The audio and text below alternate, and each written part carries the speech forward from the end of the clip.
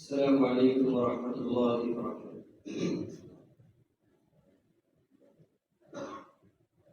اللهم لك الحمد كما أنت أهله، وصلي وسلم على النبي الكريم صلى الله عليه وسلم ما أنت عبده، وفعل بنا ما أنت أهله إنك أهل التقوى وأهل المغفرة.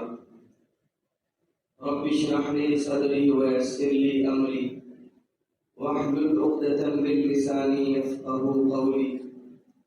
اللهم وفقنا لما تحب وترضى من القول والعمل والنية.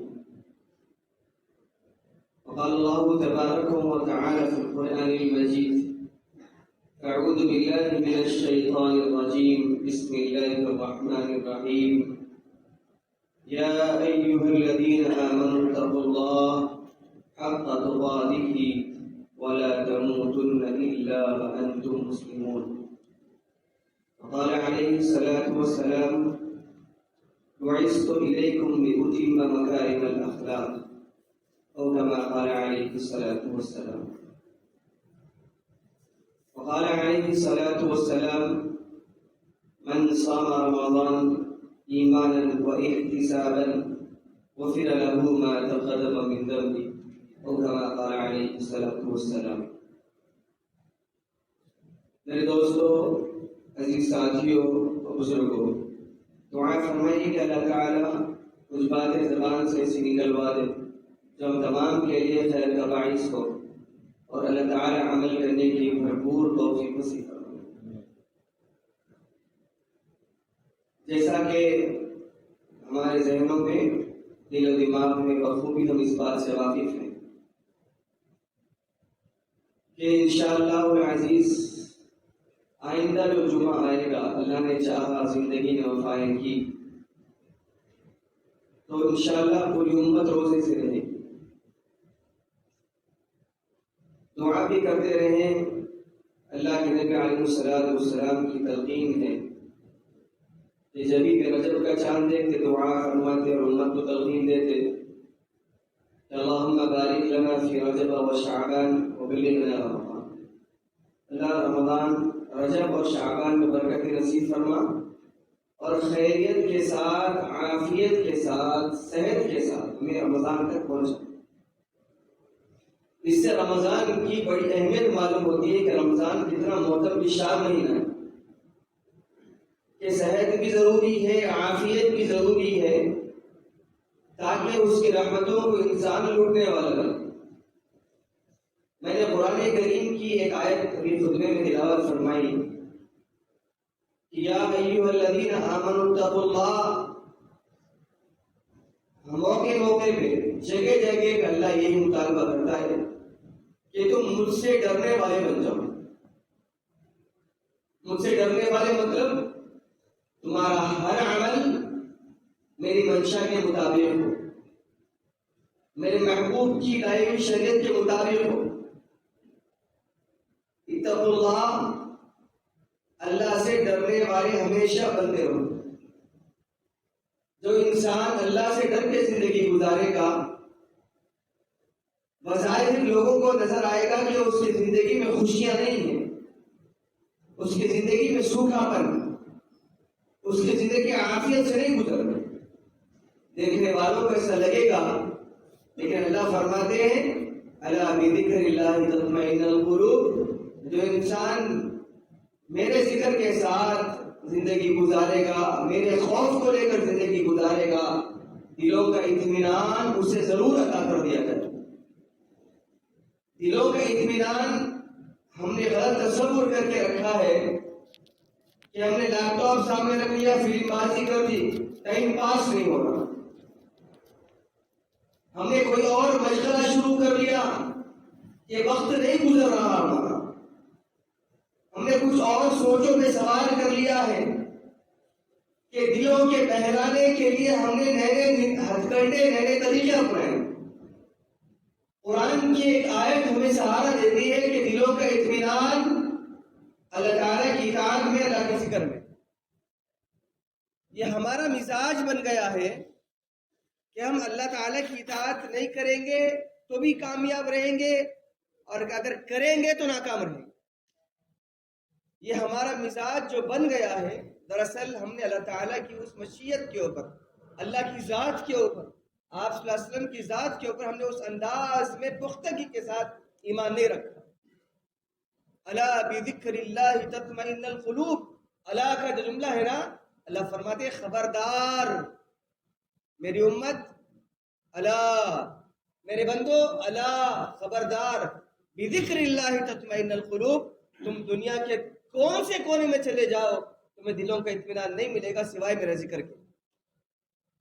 قرآن پڑھو گے دلوں کا اطمینان، نبی کی شریعت پہ عمل کرو گے دلوں کا اطمینان، نبی کی سنتوں پہ عمل کرو گے دلوں کا اطمینان، ناپتول میں کبھی نہیں کرو گے دلوں کا اطمینان، عافیت کی زندگی گزارنا چاہو گے، اللہ کو پکڑو گے دلوں کا اطمینان۔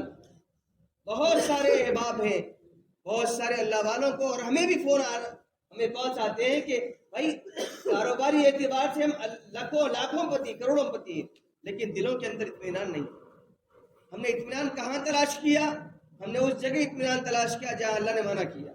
ہم تھیٹروں کو گئے، ہم پارکوں کو گئے، ہم نے فلم بازی کی، ہم نے کھیل کود میں وقت ضائع کیا، کیوں؟ ٹائم پاس نہیں ہوتا دلوں کے سکون کے لیے۔ اللہ فرماتے نہیں، دلوں کے سکون کے لیے تمہیں یہاں آنا پڑے گا۔ کہاں؟ قرآن کو پکڑیں گے تو دلوں کا سکون ملے گا، نبی کو پکڑیں گے، نبی کی شریعت پہ عمل کریں گے، دلوں کا سکون ملے گا۔ ہم نے لفاظیاں کر لی زبان کے اعتبار سے کہ بھائی دلوں کا سکون ہمارے زندگیوں کے اندر نہیں ہے، اجڑ گیا۔ اللہ فرماتے نہیں، دلوں کا سکون تو میں دوں گا، عزتیں میں دوں گا، رفعتیں میں دوں گا، بلندیاں میں دوں گا، عظمتیں میں دوں گا، ذلتیں میں دوں گا، میرے قبض قدرت میں ہے۔ تم اور تلاش کرنا چاہو گے؟ نہیں تلاش کرو۔ یہ ہماری خام خیالی ہے، یہ ہمارا تصور ذہن سے نکال دے کہ جو اللہ نے عافیت کی زندگی اب دے رکھی ہے ہمیں سمجھ رہے ہیں کہ یہ ہماری کمائی ہوئی چیز، ہمیں سمجھ رہے ہیں کہ یہ ہماری محنت ہے، ہمیں سمجھ رہے ہیں کہ یہ ہماری چال بازیاں ہیں، یہ ہمارا ہوشیار پن ہے، لیکن اللہ فرماتے نہیں نہیں، یہ تیرے مقدر میں تھی جو میں نے تیرے دے دی، ایک ذریعہ بنایا تجھے، تیرے مقدر کی چیز تھی تجھے مل گئی۔ یہ نہ سمجھنا کہ میری محنتیں ہیں، دینے میں جتنی دیر نہیں لگائی نا، چھیننے میں اس سے زیادہ دیر لگاؤں گا، ایک جھٹکے میں آسمان سے اٹھا کے زمین پہ پھینک دوں گا۔ ہاں شرط یہ کہ میری مان کے چلو گے کامیابی مقدر بنے گی، مجھے بھول کے جاؤ گے تو دنیا میں بھی ذلت کا سامنا کرنا پڑے گا، آخرت کی رسوائی الگ ہمارے مقدر میں بن جائے گی۔ تو رمضان المبارک کا مہینہ آنے سے پہلے میں نے قرآن کریم کی ایک آیت جو تلاوت فرمائی کہ اللہ تعالیٰ تقاضا کیا رکھتا ہے کہ مجھ سے ڈر کے زندگی گزارو۔ یا ایھا الذین آمنوا اتقوا اللہ حق تقاتہ، کیسا ڈرنا؟ کس انداز میں ڈرنا؟ نماز پڑھ رہے ہیں تو ہی ڈرنا، قرآن پڑھ رہے ہیں تو ہی ڈرنا؟ نہیں نہیں، زندگی کے ہر ڈگر پہ، ہر قدم پہ اللہ تعالیٰ کے ساتھ ڈر کے زندگی گزارو۔ کسی کے ساتھ میں ناپتول میں کمی کر رہا ہوں، ڈر رہا ہوں، کسی کے ساتھ جھوٹ بول رہا ہوں، کما رہا ہوں، ڈر رہا ہوں کہ میں یہ جھوٹ بولوں گا اللہ کی پکڑ سے نہیں بچ سکوں گا، میں ناپتول میں کمی کروں گا اللہ کی پکڑ سے نہیں بچ سکوں گا، چھپ کے زنا کروں گا اللہ کی پکڑ سے نہیں بچوں گا۔ ہر قدم پہ ڈرنا، یہ اللہ تعالیٰ کے سامنے اپنے آپ کو تقوی گزار بندہ بنانے کی کوشش، اپنے آپ کو تقوی گزار بندہ۔ اللہ تعالیٰ فرماتے دیکھو اتقوا اللہ، مجھ سے ڈرو، مجھ سے ڈر کے زندگی گزارو گے تو کامیاب رہو۔ رمضان آنے کو ہے، اور ایک میں نے اللہ کے نبی علیہ السلام کا فرمان جو میں نے ذکر کیا کہ آپ صلی اللہ علیہ وسلم نے فرمایا بعثت الیکم لاتم مکارم الاخلاق، میں تمہارے درمیان میں اخلاق کے بلند مرتبے میں فائز کر کے بھیجا گیا۔ مقصد کیا ہے اس کا کہ آنے والے مہینے کے اندر یہ آپ کا مظاہرہ زیادہ ہو جانا چاہیے اس معاملے کے اندر۔ ہم روزے سے ہیں، اخلاق ہمارے غائب، ہم روزے سے ہیں، غصے کا پارا ہمارا چڑھا ہوا ہے، روزے گرما کے روزے آ رہے ہیں، گرما کے روزے، روزہ لگ رہا ہے، محسوس ہو رہا ہے، ہمارا غصہ بیویوں کے اوپر اتر گیا، ہمارا غصہ اولاد کے اوپر اتر گیا، ہمارا غصہ ہمارے ماتحت لوگوں کے اوپر اتر گیا، ہمارا غصہ ہمارے چاہنے والوں پہ اتر گیا، ہمارا غصہ ہمارے نوکروں کے اوپر اتر گیا۔ آپ صلی اللہ علیہ وسلم فرماتے ہیں اس کو کنٹرول کر کے اخلاق کا مظاہرہ کرنا۔ حضرت انس رضی اللہ تعالیٰ فرماتے ہیں کہ کئی سال میں نے آپ صلی اللہ علیہ وسلم کی خدمت میں زندگی گزاری، لیکن کبھی آپ نے مجھے ایک بار بھی زور سے مجھے غصے سے نہیں بلایا۔ انک لعلی خلق عظیم، اللہ نے خود فرمایا ہے کہ میرے محبوب آپ کو میں نے اخلاق کے بلند مقام پہ پیدا کیا. علا کے معنی پر، اخلاق نیچے، نبی آپ سے اوپر، اخلاق سے اوپر. یہ مزاج بنا کے چلیں. روزوں کے اندر ہمارے اخلاق ایسے ہونے چاہیے تھے آپ صلی اللہ علیہ وسلم نے بتایا. اخلاق کا مظاہرہ ہماری زندگی کے اندر ہونا چاہیے.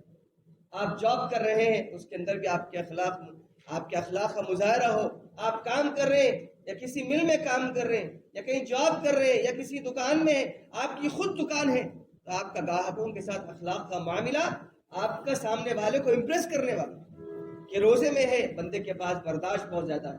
اللہ تعالیٰ کبھی کبھی دے کے آزماتا ہے اور کبھی کبھی چھین کے آزماتا ہے. ایسے معاملے میں اخلاق کا مظاہرہ آپ کا ہو. گاڑی چلا رہے ہیں روڈ پہ کوئی سامنے آ گیا، روزے کی حالت میں آپ ہیں، آپ کی زبان بند ہو، آپ کی زبان پہ تالا لگا ہوا ہو. بس آپ کی خوشنودی، بس اللہ کی خوشنودی کہ اللہ راضی ہو جائے میرے اس روزے سے، اس رمضان سے، بس اللہ راضی ہو جائے. اس انداز میں ہمیں زندگی گزارنے کی ضرورت. رمضان آنے کا مقصد وہی ہے کہ تم صحیح معنوں میں اللہ کے متقی اور پرہیزگار بندے بن کے زندگی گزارو. رمضان کا مقصد ہی وہی. آپ کا اٹھنا بیٹھنا نبی کی زندگی کے مطابق، آپ کا چلنا پھرنا نبی کی زندگی کے مطابق، آپ کا بات کرنا نبی کی زندگی کے مطابق. اما عائشہ سے صحابہ اکرام نے سوال کیا، اللہ کے نبی علیہ السلام کی باہر کی زندگی ہمیں معلوم تھی، آپ صلی اللہ علیہ وسلم کی گھر کی زندگی آپ بتائیے. اما عائشہ نے ایک جملہ کہا کہ ضحاک تھے اللہ کے نبی کبھی غصہ نہیں ہوا کرتے. آپ کی زبان پہ ہمیشہ، آپ کے چہرے پہ ہمیشہ مسکراہٹ ہوتی اور مسکراتے ہوئے آپ ڈیل کرتے. کوئی بھی معاملہ بات کرتے مسکراتے ہوئے بات کرتے، چاہتے مسکراتے ہوئے بات کرتے، غصہ نہیں ہوتے. آپ صلی اللہ علیہ وسلم کا مزاج تھا کیونکہ اخلاق کے اس مقام پہ تھے. آپ نے اپنی امت کو بھی وہی تلقین کیا کہ آپ بازار میں جائیں، اخلاق آپ کی زندگی کا شیوا بنے. آپ کہیں اپنے آفس میں ہو، اخلاق آپ کی زندگی کا جزء بنے. آپ ناپ تول کر رہے ہو، اخلاق آپ کی زندگی کا جزء بنے. یہ مزاج بنا کے چلیں. آنے والے رمضان کے اندر، آنے والا رمضان آپ کو چاہے روزہ لگ رہا ہو پھر بھی آپ برداشت کے ساتھ زندگی گزاریں. آپ صلی اللہ علیہ وسلم کی سیرت کو سامنے رکھیں، آپ کی صورت کو سامنے رکھیں، صحابہ اکرام کے اس عمل کو سامنے رکھیں کہ صحابہ اکرام نے ایسے موقع پہ کیسے زندگی گزاری. آپ صلی اللہ علیہ وسلم کا زندگی گزارنے کا ڈھنگ کیسا تھا روزے میں. آپ صلی اللہ علیہ وسلم بس نمازوں میں لگ جاتے، تلاوتوں میں لگ جاتے، رونے میں لگ جاتے. ایک مہینہ ملا ہے، صحابہ اکرام بھی آپ صلی اللہ علیہ وسلم کو غور سے دیکھتے کہ اللہ کے نبی کا کون سا عمل ہے. اللہ کے نبی علیہ السلام قرآن زیادہ پڑھ رہے ہیں، ہم بھی قرآن زیادہ پڑھ لیتے. اللہ کے نبی صلی اللہ علیہ وسلم نمازیں زیادہ پڑھ لیتے، نوافل زیادہ پڑھتے، صحابہ اکرام بھی زیادہ پڑھتے. یہ مزاج صحابہ اکرام کا تھا کہ آپ صلی اللہ علیہ وسلم نے بتایا کہ یہ محتم بالشان مہینہ آ رہا، یہ بہت برکتوں والا مہینہ، اس میں اللہ کی رحمت ہر طرف پھیلی ہوئی رہیں گی، اللہ کی مغفرت ہر طرف پھیلی ہوئی رہیں گی. اللہ دوزخ سے خلاصی کے وعدے کر رہا ہوگا. ایسے موقع پہ ہمارے اوپر ضروری ہے ہم شاپنگ مالوں کا رخ نہ کریں، ہم بازاروں کا رخ نہ کریں. ہم اپنے آپ میں یہ سوچیں کہ اس رمضان میں کوشش کروں گا کہ اللہ کا متقی والا بندہ بن جاؤں. اللہ جس انداز میں چاہتے ہیں دعا بھی کرتے رہیں کہ اللہ مجھے اس انداز میں بنا دے جس انداز میں آپ مجھ سے چاہتے ہیں. آپ چاہتے ہیں کہ میں تقوی والا بندہ بن جاؤں، اللہ مجھے تقوی گزار بندہ بنا دیجئے. یہ دعاؤں میں مانگے، اللہ یہ رمضان آ رہا ہے، اللہ میرے جاب میں انکریمنٹ ہو جائے، میری تنخواہ میں بڑھوتری ہو جائے، اللہ میرا پوسٹ بڑھ جائے. اللہ تو رمضان میں سنتا ہے ہر ایک کی بات کو. یہ مزاج ہمارا نہ ہو، یہ مزاج ہمارا ہو کہ اللہ رمضان آپ دے رہے ہیں، اللہ اس کے ذریعے میرے دل کو پاک کر دیجئے، اللہ میرے اخلاق کو بنا دیجئے، اللہ میرے اعمال کو سنوار دیجئے، اللہ نبی کی سنتوں پہ عمل کرنے والا بنا دیجئے. یہ مزاج ہمارا بن جائے، یہ دعائیں ہماری ہو، یہ رونا ہمارا ہو، یہ آہ و بکا ہماری ہو زندگی کے اندر. لیکن اور ایک چیز میرے بھائیوں غور کرنے کی ہے کہ ایسے موقع کے اوپر اپنی اولاد کو ہاتھ پکڑ کر ان سنت و نوافل کا عادی بنائے، رمضان کی اہمیت بٹھائے، قرآن ان کے ساتھ بیٹھ کے پڑھے. تھکے باندھے بھاگے دوڑے آ رہے ہیں، اسیلن ہو رہا ہے اور تم آپ دروازے کے اندر گھس رہے ہیں، بس نہ وضو کیا نہ کچھ، دوڑے کے اندر سبزی بیٹھ کے بس ہاتھ اٹھائی، افطار کھولنے کی دعا کر لی اور سب کھا لیے ختم. اس انداز میں روزہ رہا. روزے کے مقاصد کیا ہے؟ افطار سے پہلے جو دعائیں جو بندہ مانگتا ہے میرا بندہ، اللہ تعالیٰ فرماتے اس کی دعا رد نہیں کی جاتی. کوشش کریں کم سے کم آدھا معصوم بچوں کو سامنے بٹھائے، دعائیں مانگنا سکھائے، اللہ تعالیٰ کا تعارف کرائیں، آپ صلی اللہ علیہ وسلم کی محبت بتائیں، اللہ سے ڈرنے والے بنائیں ان کو۔ لیکن ہمارا مزاج بدلا ہوا ہے۔ رمضان آیا وہ شاپنگ کا رمضان تھا، رمضان آیا تو کھانے پینے کا رمضان تھا، رمضان آیا تو عیش و عشرت کا رمضان تھا، رمضان آیا تو 5 دن تراویح پڑھی پھر مسجد کا رخ بھی نہیں کیا، رمضان آیا 10 دن تراویح پڑھی مسجد کا رخ نہیں کیا۔ فرشتے بھی کتنا حیرت سے دیکھتے ہوں گے کس امت کے لیے آپ صلی اللہ علیہ وسلم روکے گئے تھے۔ اللہ کے وہ بندے جن کو اللہ تعالیٰ رحمتوں کی چادر میں لپیٹا ہوا ہے، وہ بندے اللہ کی رحمت کو لوٹنے والے نہیں، سمیٹنے والے نہیں، اس کی برکتوں کو اپنی دامن میں رکھنے والے نہیں۔ یہ اللہ کے کیسے بندے ہیں؟ رحمتوں کا مہینہ بھی جا رہا ہے، مغفرتوں کا مہینہ بھی جا رہا ہے، یہ اشرے گزر رہے اور ہم عافیت کی زندگی گزارنا چاہتے ہیں، پھر اللہ کے سامنے آہوزہ نہیں کرتے، اللہ کے سامنے آہوزاری نہیں کرتے۔ اور بہت سارے نوجوان ایسے جو روزہ نہیں رکھتے، کان کھول کے سن لے کہ اللہ تعالیٰ کو آپ کی کوئی ضرورت نہیں ہے، اللہ ہمارا محتاج نہیں ہے، ہم اللہ کے محتاج ہیں کہ عمل کر کے اللہ کو راضی کر۔ اللہ فرماتے ہیں اگر تم میری مان کے نہیں چلو گے میں کسی اور قوم کو ایمان کی دولت سے سرفراز کروں گا، ان سے عمل کراؤں گا جنت والے۔ تم میرے محتاج ہو، میں تمہارا محتاج نہیں۔ رمضان ہے، برداشت نہیں ہوتا، روزے نہیں رکھ سکتے، کیا تصور ہے ہمارا؟ بیمار ہے جاب کو جا رہے، بیمار ہے شوق کھول رہے، بیمار ہے تجارت چل رہی ہے، بیمار ہے گھر میں دعوتیں ہو رہی ہیں، بیمار ہے ہر کام ہو رہا ہے، لیکن بیماری کی حالت میں رمضان کے روزے نہیں ہوتے کہ بھوک برداشت نہیں ہوتی، پیاس برداشت نہیں ہوتی، انہوں نے تصور کرتے ہیں کہ اللہ ہمارے کام نہیں کراتا، آج تجارت میں کمی ہو گئی ہے، آج میرے کام نہیں بنتے، آج اللہ راضی نہیں ہوتا۔ ہم نے اللہ کو کب راضی کرنے کی کوشش کی؟ ہم کب تک وہ گناہ بندے بننے کی کوشش کر رہے جو اللہ ہم سے راضی ہو جائے؟ صحابہ کرام کے پاس مال کم تھا لیکن ایمان کی ضرورت اتنی زیادہ تھی کہ وہ حکم بھی لگا دیتے اللہ کے ساتھ۔ رمضان آ رہا ہے تو اپنے آپ کو اپنے گھروں کو اس انداز سے بناتے کہ ایسی چیز بتاتے، بیٹا رمضان آ رہا عمل کر لینا، بیٹا رمضان آ رہا قرآن پڑھنا، بیٹا رمضان آ رہا روزہ رکھنا۔ دوڑتے نبی کی صحبت میں بیٹھتے، اپنے ذانوِ تلمس کو پیش کرتے جو اللہ کے نبی نے بتایا، آج سے اپنی بیویوں کو بتا دے اللہ کی قسم روئے زمین کے اوپر ایسی بات باز اور نہیں دیکھے۔ اپنے آپ کو جہنم سے بچاتے ہو، اپنے اولاد کو بھی جہنم سے بچاتے، اپنے شوہروں کو جہنم سے بچاتے۔ آپ حضرات سے بھی گزارش ہے کہ جب گھروں میں جاؤ تو اپنی جنت کی فکر نہ کرو، اپنے بیوی اور اپنے بچوں، یا ایھا الذین آمنوا قوا انفسکم واہلیکم نارا، اپنے آپ کو بھی بچانا ہے، اپنے اہل و عیال کو بھی بچانا ہے۔ اہل و عیال سے مراد یہاں سب سے پہلے گھر والے، بھائی بہن، ماں باپ، بیوی بچے، اس کے بعد محلے داری، اس کے بعد شہر، اس کے بعد گاؤں، اس کے بعد پورا ملک آپ کے ذمہ داری ہے۔ آج ہماری اولاد ہماری نہیں سنتی، آج ہمارے بھائی ہماری بات نہیں سنتے، آج ہماری بیوی ہماری باتیں نہیں سنتی، خاص کر دین کی باتیں اگر آپ کرنے بیٹھ جاؤ تو ایک بات کان سے سن کے دوسرے کان سے نکال دیتے۔ وجہ اس کی کیا ہے کہ ہم نے پہلے دن سے دین کی گھٹی نہیں پلائی، ہم خود عمل نہیں کیے، ہم خود اس راستے میں نہیں چلے، کہاں ہماری بات کا اثر پڑے گا؟ تو اس رمضان کے مہینے میں مکمل طور پہ اپنے آپ کو اس انداز میں تیار کرنے کی ضرورت ہے کہ ہماری اولادیں بھی دیندار بنے، ہمارے گھر والیاں بھی دیندار بنے، ہماری ماں بہنیں بھی دیندار بنے۔ یہاں شہر کا مزاج ہے کہ بس افطار کا دسترخوان بھرا پڑا،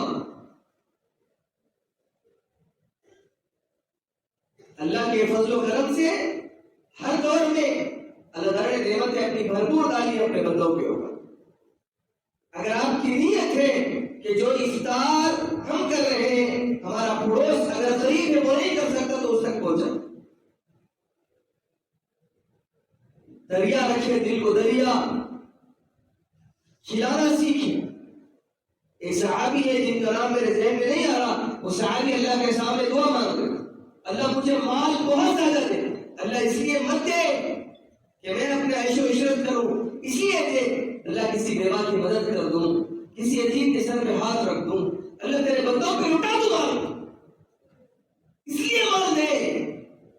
مانگنے کی بھی ڈھنگ کیسے دے صحابہ کی کہ دنیا کی طرف نہیں، دینے کی طرف، اللہ کو میں اس مال کو خرچ کر کے اللہ آپ کو راضی کروں، یہ مزاج پیدا کرو، یہ بھی ایک نیکی ہے۔ نیتیں کر لو کہ اللہ نے دیا ہے تو غریبوں کے اوپر بانٹیں گے، تقسیم کریں گے، چھپا کے مال دیں، دعائیں لیں گے ان کی۔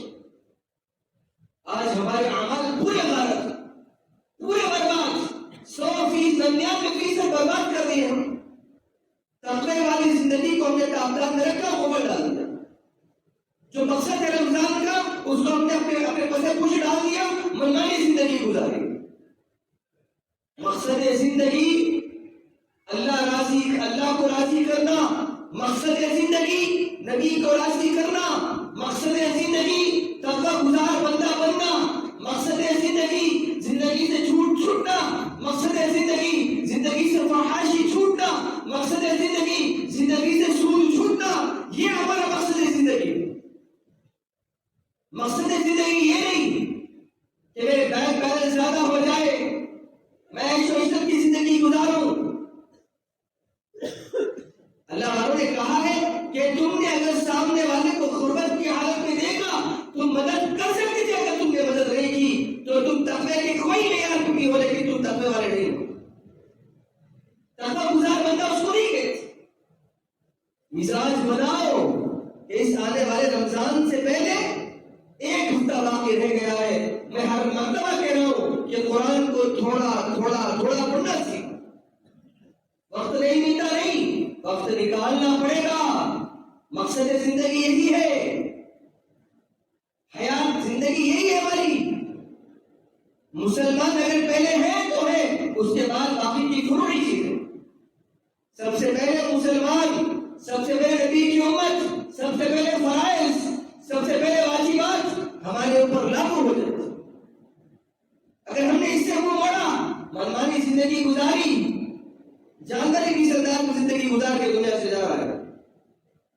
کچھ تو کوٹلی میں لے کر جائیں گے ساتھ میں، کچھ تو زیادہ سفر ہو۔ وہ کہاوت ہے نا کہ خالی ہاتھ گھر واپس جایا نہیں کرتے۔ نہ کفن میں جیب ہے، نہ ہمارے پاس الماریاں ہیں کہ ہم قبر میں ساتھ لے کر جائیں گے اس کو،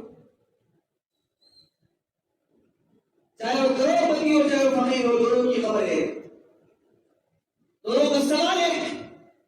اعمال اچھے، جنت بہترین، اعمال اچھے نہیں، حساب کتاب کا معاملہ۔ ہم عائشہ سے کہا نا اللہ کے نبی صلی اللہ علیہ وسلم نے، عائشہ آسان حساب کے لیے دعا مانگا، کیونکہ ہم عائشہ نے کب سوال کیا؟ آخری عشرے میں، رمضان کے آخری عشرے میں کیا دعا مانگو اللہ کے نبی؟ اللہم حاسبنا حسابا یسیرا۔ کیوں کہا اللہ کے نبی؟ اللہ آسان حساب کا مطلب ہم یہ سمجھتے ہیں کہ بس من رب ہوگا، من دین ہوگا، من نبی ہوگا۔ ہم جواب یاد کر رہے ہیں یہاں پہ، ربی اللہ، محمد رسول اللہ، دین الاسلام، یہ ہمارے جواب آپ ہوتے ہیں وہاں پہ تو نہیں، زبان پہ مہر لگ جائے گی اس وقت جب اللہ جو چاہے گا وہ نکلے گا۔ زندگی اسلام پہ گزری وہ اگر ہے وہ زبان پہ نکلے گا وہاں۔ پیپر بھی اللہ نے آؤٹ کر دیا، 3 سوال ہوں گے۔ آسان حساب، اللہ کے نبی سمجھ میں نہیں آیا آسان حساب کا مطلب کیا ہے؟ دفتر سامنے ہے عائشہ، دفتر سامنے اعمال کا، اللہ پیپر پلٹا رہا ہے، اعمال دیکھ رہا ہے، کچھ کہہ نہیں رہا اپنے بندے کو، دفتر بند کر دیا، جہاں میں نے پروموٹ کر دیا جنت میں، پاس ہو گیا، نکل گیا، کامیاب ہے۔ پھر اللہ پکڑ کس کو کہتے ہیں؟ دفتر کھلا، صفحے پلٹ رہے ہیں، ایک جگہ تم نے اگر فجر چھوڑ دی، ظہر چھوڑ دی، سنت چھوڑ دی، واجب چھوڑ دی، اللہ نے کہا یہ تم نے کیوں چھوڑی؟ عائشہ اس کے جہنمی ہونے میں کوئی شک نہیں. پکڑ جہاں اللہ کی پکڑ آئی، ان بطش ربک لشدید، اللہ کی پکڑ بڑی سخت. آسان حساب، اللہم حاسبنا حسابا یسیرا، اللہ آسان حساب کر دے. عائشہ کو تلقین ہو رہی ہے، عائشہ کے ذریعے پوری امت کو بتایا جا رہا میری امت یہ دعا مانگتے رہے. شرابیں پی لی، جوا کھیل لیا، سود کھا لیا، حرام کھا لیا، اولاد کے لیے حرام کے انبار جما لیے، حرام میں سے زکات نکال کے دے دی. یہ تصور کر لیا کہ ہم وقت کے اللہ والے ہیں. کل قبر میں جائیں گے تو معلوم ہوگا، کیا حشر ہوگا تب معلوم ہوگا. اس لیے اپنے آپ کو، اپنے ایمان کو بچاتے ہوئے چلو، تقوی گزار بندہ بننے کی کوشش کرو. تقوی کس کو کہتے ہیں؟ کہ اپنے آپ کو شریعت کے اوپر جما کے چلنے کا نام تقوی. ہم نے غلط تصور کر لیا ہے کہ شریعت پہ آئیں گے دنیا چھوٹ جائے گی، شریعت پہ آئیں گے بھی بچے ناراض ہو جائیں گے، شریعت پہ آئیں گے مالداری چھوٹ جائے گی، شریعت پہ آئیں گے عیش و عشرت چھوٹ جائے گا. اللہ کی قسم تم شریعت کو پکڑو، ہر چیز اللہ عزتوں کے ساتھ دے گا، چھوڑے گا. ہم نے غلط تصور کر لیا ہے. نہیں، شریعت پہ عمل کریں گے آرام چھوٹ جائے گا، شریعت پہ عمل کریں گے لذتیں چھوٹ جائیں گے. ارے اللہ کے بندو، اللہ فرماتے میری نعمتیں میرے چاہنے والوں میں زیادہ نہیں ڈالوں گا، زیادہ ڈال کے چھوڑوں گا. تم کدھر بھاگ گئے؟ کہاں کی دوڑ لگ گئی، شیطان کی حرکتیں اچھے نظر آ گئے، شیطان کی چالیں کامیاب ہو گئی، اس سے بندے بن کے زندگی گزارنے لگے. فَفِرُّوا إِلَى اللَّهِ، اللہ کی طرف دوڑو. اللہ کی قسم 80 سال کا بوڑھا ہو یا 8 سال کا بچہ، پالنے والا اللہ، موت دینے والا اللہ، زندگی دینے والا اللہ، عزتیں دینے والا اللہ، حیات دینے والا اللہ، روٹی دینے والا اللہ. ہم نے یقین ہٹا لیا کہ ہم محنت کریں گے تو کھائیں گے، ورنہ اللہ کچھ نہیں دے گا. کوشش کرو اس بات کی کہ ہم بھی اللہ کی ذات پہ یقین کر کے زندگی گزاریں گے اور اپنی بیوی بچوں کو بھی اللہ کی ذات پہ یقین کرنا سکھائیں گے. اللہ کی ذات پہ یقین رکھو. اللہ اپنی ذات پہ یقین رکھنے والوں کو کبھی مایوس نہیں کرتا، کبھی مایوس نہیں کرتا. جاب ملے گی تو کھانا آئے گا، نہیں اللہ ملے گا آخر کی زندگی گزرے گی. شریعت پہ آؤ، لذتیں ہی لذتیں ہیں. قرآن پکڑو، آفرین ہی آفرین ہے. نبی کی زندگی کو پکڑو. عثمان غنی مالدار نہیں تھے اور صحابہ مالدار نہیں تھے کیا؟ شریعت کا عمل نہیں کر کے گئے. بڑے بڑے اکابرین مالدار تھے، شریعت کا عمل نہیں کر کے گئے. بڑے بڑے اللہ والے مالدار تھے، تابعین مالدار تھے، تابعین مالدار تھے. کیا شریعت ان کی زندگی میں نہیں تھی؟ شریعت پر رکھ کر اللہ نے عزتیں بھی دی، مرتبے بھی دیے، وقت کے امام بھی بنایا، وقت کا لوڑا بھی بنا کے چھوڑ دیا، وقت کے بادشاہ بھی بنائے. بادشاہ بھی اللہ نے دیے. اب اس کی ذات پہ یقین رکھنے والوں کو، اس کی ذات پہ یقین رکھ کے شریعت کا عمل کرنے والوں کو ہم نے تصور کر لیا ہے. نہیں، بہت ساروں سے ہم نے سنا کہ نہیں، مرنے سے پہلے کچھ تو بھی اپنے بیوی بچوں کو لے کے جائیں گے. کچھ تو کی جگہ پہ قرآن و حدیث دو. عمر بن عبدالعزیز رحمۃ اللہ تعالی کا انتقال ہو رہا تھا، بستر مرگ کے اوپر تھے. ان کے سائے آئے، کہا کہ بھائی جان کیا ظلم کر کے جا رہے ہو اپنی اولاد پہ؟ بعض روایتوں میں 9 بچے، بعض میں 11 بچے. کیا ظلم کر کے جا رہا ہوں میں؟ کہا کہ 2 درہم بھی ان کے اکاؤنٹ میں نہیں ہے، ان کی جیب میں 2 درہم بھی نہیں، اور آپ اپنے وقت کے خلیفہ اور آپ اپنے وقت کے بادشاہ ہیں، 2 درہم بھی نہیں چھوڑتے گئے. شکایت تم تک آئی ہے کیا میرے بچوں کی؟ نہیں، آپ کے بچوں نے کوئی شکایت نہیں کی. میرے ذہن میں آیا، ماموں ہونے کے ناطے میں نے آپ کے سامنے بات رکھی. بلاؤ میرے بچوں کو. بلایا گیا، مجھے اٹھایا جائے، ایک کے ساتھ اٹھایا گیا، کہ پلنگ کو چارپائی کو ٹیک لگایا, اپنے بچوں کو سامنے کھڑا کے وصیت کی, بیٹو میرے سامنے دو راستے تھے, اللہ کو ناراض کرتا تمہارے لیے خزانے بھر کے جاتا, اللہ کو ناراض کرتا تمہارے لیے بادشاہ کی زندگی گزار کے جاتا, تو اللہ کو ناراض کرتا تمہارے لیے ہار کنگنے لے کے جاتا. لیکن میں اللہ کو ناراض نہیں کر سکتا, اللہ کے ساتھ جنگ نہیں کر سکتا, لہٰذا میں نے غربت کی زندگی گزاری ہے. ہاں میرے بچوں, مجھ سے شکایت کرنا ہو اس بات پہ تم کر سکتے ہو کہ میں نے قرآن و حدیث نہیں بتائی. نہیں ابا, آپ نے قرآن و حدیث سمجھائی ہے, شریعت بتائی ہے, نبی سکھایا ہے, اللہ کا تعارف کرایا ہے. بس میرے بچوں, جب کبھی حالات تمہارے اوپر آئے, اللہ کو مانگنا, اللہ کے سامنے آبوزاری کرنا. نحن اقرب من حبل الورید, اللہ فرماتے ہیں میں تمہاری شہرت سے زیادہ قریب ہوں. اللہ کو شہرت سے زیادہ قریب پاؤ گے تم. اس کے برعکس ان سے پہلے کا بادشاہ ملک بن مروان, جو بھی بادشاہ گزرا تھا, اس نے اپنی اولاد کے لیے ایسے سونے کی اینٹیں چھوڑ کے گیا جس کی کوئی انتہا نہیں. کتابوں میں لکھا ہے کہ اس دور کے 80 لاکھ درہم و دینار, 80 لاکھ کلہاڑیوں سے پھوڑتے تھے درگاہ تقسیم کرنے کے لیے. لیکن یہاں پہ 2 درہم بھی نہیں, اللہ ساتھ تھا, نبی کی شریعت زندگی کے اندر تھی, باپ اللہ کے ساتھ وفادار تھا, نبی کے ساتھ وفادار تھا.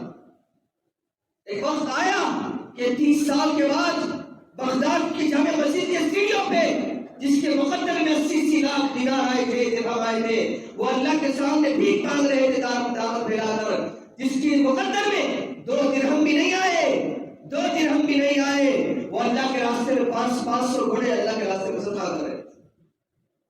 یہ برکتیں ہیں, شریعت پہ عمل کرنے کی لذت اللہ دے گا. دین پکڑو گے, دنیا نہیں چھوٹے گی. کس نے سکھایا تم کو, کس نے بتایا تم کو؟ دین پکڑنے سے دنیا ہاتھ سے چلی جائے گی. دین پکڑنے سے ہمیں کچھ نہیں ملے گا. غلط تصور ہے, ذہنوں سے بات نکال دے, نماز پڑھوں گا جو نہیں ملے گی. نہیں, شریعت پہ عمل کروں گا حالات خراب ہو جائیں گے. نہیں, یہ تصور اللہ فرماتے ہیں اپنے بندے کی امید کے اوپر, اللہ کی ذات سے امید اچھی رکھو, شریعت پہ عمل کرو, اللہ دروازے کھول دے جائے گا. تم لیتے تھک جاؤ گے. اللہ کے نبی کے پاس ایک صحابی آئے, اللہ کے نبی شکایت کر رہی تھی. کس بات کی بھائی, کس بات کی شکایت؟ اللہ کے نبی بہت غریب بنتا ہوں, غربت کے میرے گھر کے سامنے راج کا ڈیرا ڈالا ہوا. پھر اللہ کے نبی دعا فرمائے, اللہ برکت دے اس کی زندگی میں. اس صحابی سے کیا, کہا کہ کلہاڑی لے کر آؤ. کلہاڑی لائے, ان کے ہاتھ میں دے دیا, کہا کہ جنگل کی طرف جاؤ اور تجارت کرو, شریعت پہ عمل کرتے ہوئے چلے گئے. 3-4 مہینوں کے بعد ملاقات ہوئی. اللہ کے نبی کے پوچھنے کے اوپر, ہاں بھائی بتاؤ کیا ہوا, خیر تو ہے, زندگی میں عافیت ہے؟ کہا کہ اللہ کے نبی بولنا بھول گیا تھا. کیا بتا؟ اللہ کے نبی, اللہ آپ کو اقبال بلند کرے آپ کا, اللہ نے اتنا مان دیا ہے کہ اب سوچتا ہوں رکھوں کہاں لے جاتا. اتنا مان دیا تھا. شریعت کو پکڑنے سے مال کم نہیں ہوتا, مال میں کمی نہیں آتی. ہمارے ایمان کی کمزوری ہو گئی ہے, جو ہم نے اللہ تعالیٰ کی شریعت کو ہم نے کچھ نہیں سمجھا. یہ رمضان آ رہا ہے, اس رمضان کے اندر کوشش یہ کرنی ہے کہ ہم اپنے آپ کو تقوی گزار بندے بناؤ. اپنے بیوی بچوں کو سمجھاؤ, بیگم بچوں ایک ہفتہ باقی ہے, فجر سے لے کر عشاء تک کی ترکیب بنا لو. فجر ساتھ میں پڑھیں گے, اپنی اولاد کا ہاتھ پکڑ کر پہلے سب پہلے کرتا ہوں, پھر دیکھنا اس کی برکتیں بھی دیکھو گے, دلوں کا سکون بھی دیکھو گے, زندگی میں عافیت بھی دیکھو گے, زندگی میں خیریت بھی دیکھو گے. بچوں کو سامنے بٹھاؤ, جو بھی ان کو سورہ یاد ہو خود سنو, ان کو خود سورہ سناؤ, پھر دیکھو لذت اللہ کی. پھر لوٹو رمضان میں اللہ کی رحمتوں کو, اس کے رزق کو, اس کی برکتوں کو لوٹو گے. کوشش کریں گے بھائی انشاءاللہ. نوجوانوں کو سے خاص گزارش, اس رمضان کے اندر کوئی بہانہ نہیں, کہ رمضان گرما زیادہ ہے، روزے نہیں رکھ سکتا، آج نہیں رکھ سکا، ایک روزہ رمضان کا فرض روزہ، ایک روزہ، اگر عذر ہے تو معاف، عذر ہے، معاف بھی نہیں ہے فَإِن كَانَ مَرِيضًا أَوْ عَلَى سَفَرٍ فَعِدَّةٌ مِّنْ أَيَّامٍ أُخَرَ، قرآن نے اعلان کر دیا بیمار ہو یا مسافر ہو تو آنے والے دنوں میں اس کی عدت پوری کر لو، لیکن یاد رکھنا ایک روزہ چھوڑ کے زندگی بھر پورے روزے رکھ لو، اس ایک روزے کا ثواب نہیں ملتا۔ تو رمضان میں رہنے کا برکت، کوشش کرو بھائی، نیتیں کرو، بیمار ہوں بہانہ نہیں، کوئی بہانہ نہیں، نیت کرو، عزم مصمم ہو تو کشتی لبے ساحل ہوگی، شاید نے کہا نا عزم مصمم ہو تو کشتی لبے ساحل ہوگی، حوصلہ چاہیے طوفان سے ٹکرانے کا، حوصلے پیدا کرو اپنے اندر کہ اللہ قوتیں دے گا، اللہ طاقت دے گا مجھے، مانگو اللہ کے سامنے، اللہ کمزور بندہ تیرا ہے، اللہ طاقت دے تاکہ میں رمضان کے مکمل طور پر پورے روزے رکھ سکوں، کوشش کریں گے انشاءاللہ، دعا فرمائے گا اللہ تعالیٰ ہم تمام کے ساتھ عافیت کا معاملہ فرما۔